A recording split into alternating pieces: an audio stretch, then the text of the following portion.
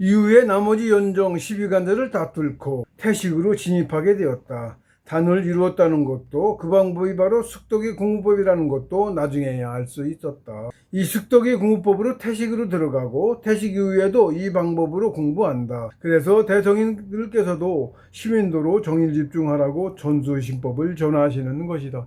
8년에 공공 깨닫고 글수동고 관두고 입단해서 2달 입동을 그 전에 갔던 거지. 8년도에 갔다 와서 그것도 가르칩니다. 인도해 주신 거예요. 역경계사전 머리에 떠올라. 보란 얘기지. 그러니까 그전에도 봤었는데 전혀 몰라갖고 안 봤지. 또 머릿속에 떠올라갖고 봤더니 다 알겠는 거 아니야. 입장 갔다 공공 깨달아서 그걸 알아진 거야. 그게 하나도 모르던 게 다 알아지는 거. 줄줄줄 뜻을 그냥 저절로 이어져. 이래서 이렇고 이래서 이렇고 그러더라고. 2006년 입사하는 일은 치면 이제 글 쓰면서 다녔던 거고, 준비 과정 비슷한 거고, 그러고 나서 이제 2007년, 그때도 이제 나름 나갔어요. 공부가. 지육이 많이 나가고 있었더라고, 그때. 이쪽을 그렇게 들으락날락 했으니까. 덕역도 했고, 물론. 그러고, 공군을 깨닫고는 2달 일정 갔다 와서, 때가 되었다, 뭐 이런 거야, 지나고 보면. 성천에서 준비가 된 거야. 나중에 지나고 보니까, 동호인 중에 누가 그런 일을 먼저 했어. 기룡사님이 바뀐다고? 더 높은 계제이신 분으로 바뀌어서 온댄다고. 뭔가 했지. 나중에 이제 그 이유도 알게 됐는데, 자그냥 그렇게 이제 준비를 여러 가지를 해놓고서, 제가 그러고서 2008년 겨울 들어가면서부터 본격 공부에 들어간 거예요. 그때부터 10년을 본격 공부를 한 거야. 그러더니 기존의 퇴직공부법? 그걸 다시 했어. 2008년 겨울 공부 들어가서 2009년 그때 그걸 했다고. 그전에는 그럼 어떻게 한 거예요? 이렇게 되잖아. 그렇죠? 그전에는 그럼 통통 뭘로 하고 건건 깨달을 때까지 뭘로 가고 이렇게 되잖아. 그러니까 기존에 했던 백일공령? 단? 그걸로 간 거지. 그것도 이제 백일공령을 해놓은 법이 있어요. 호흡이 무지막지하게 길었습니다. 그걸 같이 공부한 그 후배들도 있고 있는데 쭉 있는데 제 형제들도 있는데 저처럼 그렇게 길게 간 사람이 아무도 없어요. 길게는 가도 반도 아니고 반에 반 그것들도 못 갔어. 되게 다. 나는 근데 무지하게 길게 갔는데 그때 그거 고공부로 다 거의 다 그만큼 간 거 아닌가 이렇게 생각을 합니다. 그럼 달라 좀 저는 그러니까 기존에 하던 저기하고도 형제들하고도 좀 다르고 그러고 나서 가서는 전수신법 받아가지고 그걸로 한겨울 공부로 기호를 180개를 뚫어놓으니까 형제들도 못 믿잖아. 그런 거예요. 한겨울 공부에 기호 180개 뚫는 사람 나중에 또 나올래나 어쩌려나 모르겠네. 그런 얘기가 거의 없는 것 같아. 엄청 특혜야 또 그것도 지나고 보니까 그런 게 또 있습니다. 네, 그래서 더 못 믿어. 근데 그게 진짜 사실이라는 거는 그게 그렇게 뚫고 내려왔더니 대접받고 있던 오인방이라고 있어요. 나이는 1살 많은데 1살 차이니까 이제 말을 이제 서로 놓고 했는데 자네 기운이 폭증을 했어.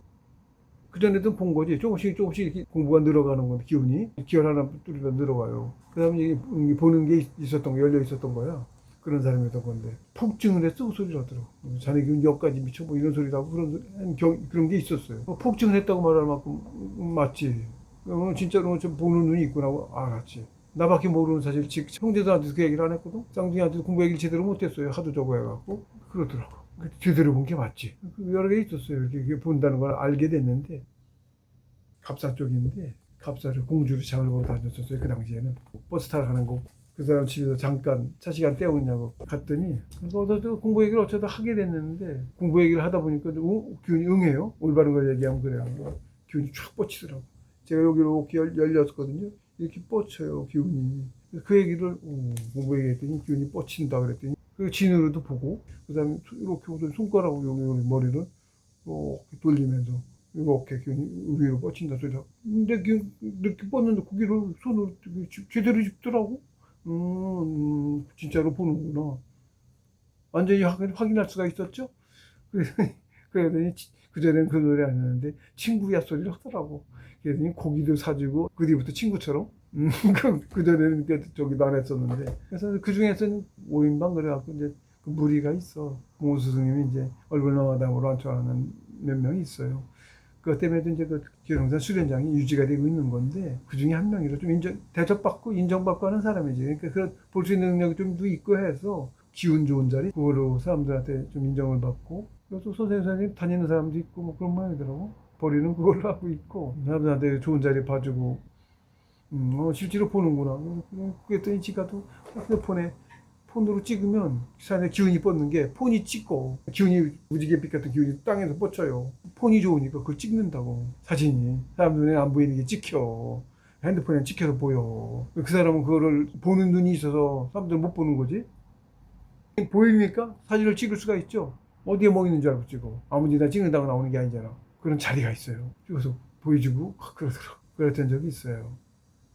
그러니까 제가 그 뚫었다는 게 가짜가 아니잖아. 그쵸? 보이겠지? 쌍둥이한테 했는데도 그건 또 인정을 안 해. 그런데도 여러 가지 있습니다. 마음에는 한계가 없듯이 집중도에도 한도가 없다. 강하게 집중할수록 기가 많이 그리고 빠르게 응축된다.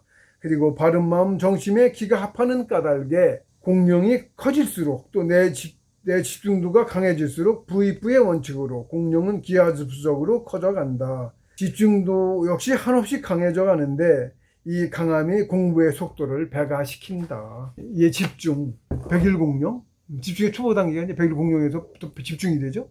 그때는 조식이었던 거고 조식이 바뀌어가는 거지. 그래서 여기 집중을 따로 사망으로 집중을 넣은 거예요.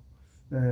그리고 이제 진짜 정일중은 뒤에 가면 이제 숙도기 공부법에 숙도기 공부법이 여기서부터 시작하는 거지. 이제 여기도 자리가 잡혀야 되는 거지.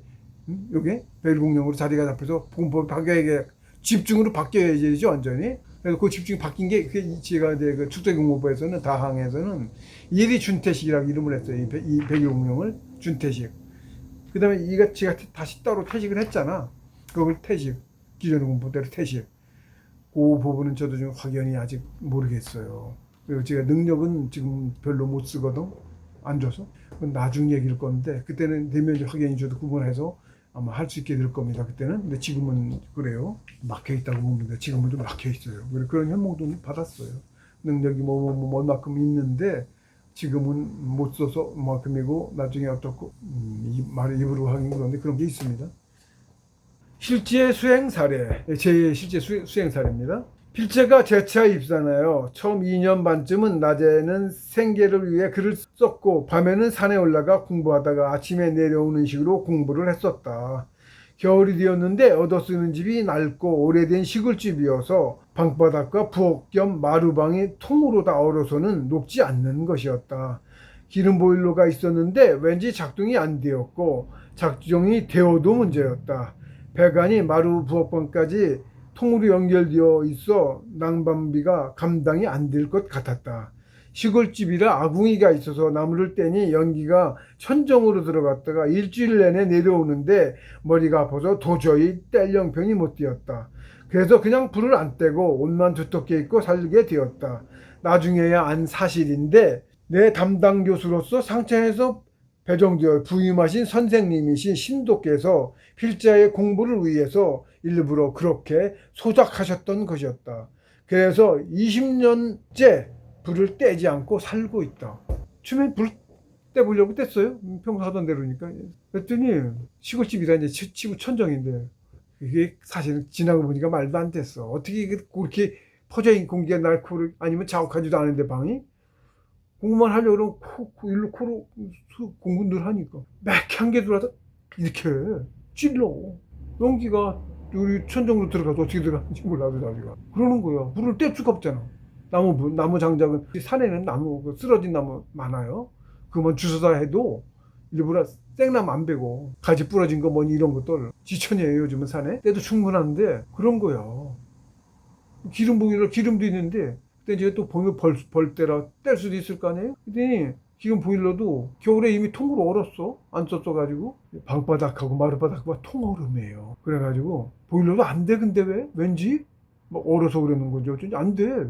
기름도 한 통 샀는데 그냥 안 쓰고 안 되고 나무를 떼보려고 나무는 아궁이니까 보일러 안 돌아도 되잖아. 돈도 안 들고 나무를 있어. 그 뒤에도 기존에 누가 살면서 쌓아놨던 게 안 쓰고 뗐더니 일주일 내내 한 번 뗐더니 도무지 못 저거 하니까 쓰지 말려고 그냥 일부러 코로 집어넣은 거예요. 매운 저거를. 그래서 불 안 떼고 살게. 실제로 불 안 떼고 살면서 공부가 차가운지가 어떻게 돼? 산에서 공부하고 아침에 내려오잖아요. 오히려 밖에가 더 따뜻해. 부엌 마루방 문이 부엌이 이제 단이 좀 있어 방보다. 이렇게 산이니까 이쪽이 높지. 이쪽이 얕아. 부엌 쪽이 좀 얕아 한 이만큼. 관은 바닥까지 다 같이 깔았더라고 보니까 보일러관은. 근데 통얼음이요. 내려와서 문을 열면 한기가 밖에보다 훨씬 추운 거야. 실제 안에 들어가 있으면 훨씬 추워 밖에보다. 공부 잘했어요. 그때는 이제 글 쓰면서 어쩌고 산에서 아침에 밤에 올라갔다 아침에 내려갈 때라 장애도 다니고 그래서 버스를 못 탔어요. 쌍내도 공부를 하고 있어갖고 머리가 막 어지러워갖고 오바이트 할 것 같아갖고 걱정했더니 봉고차 하나 생각하고 그걸 타고 다녔어. 의도 타고 다녔어. 같이 사람들하고.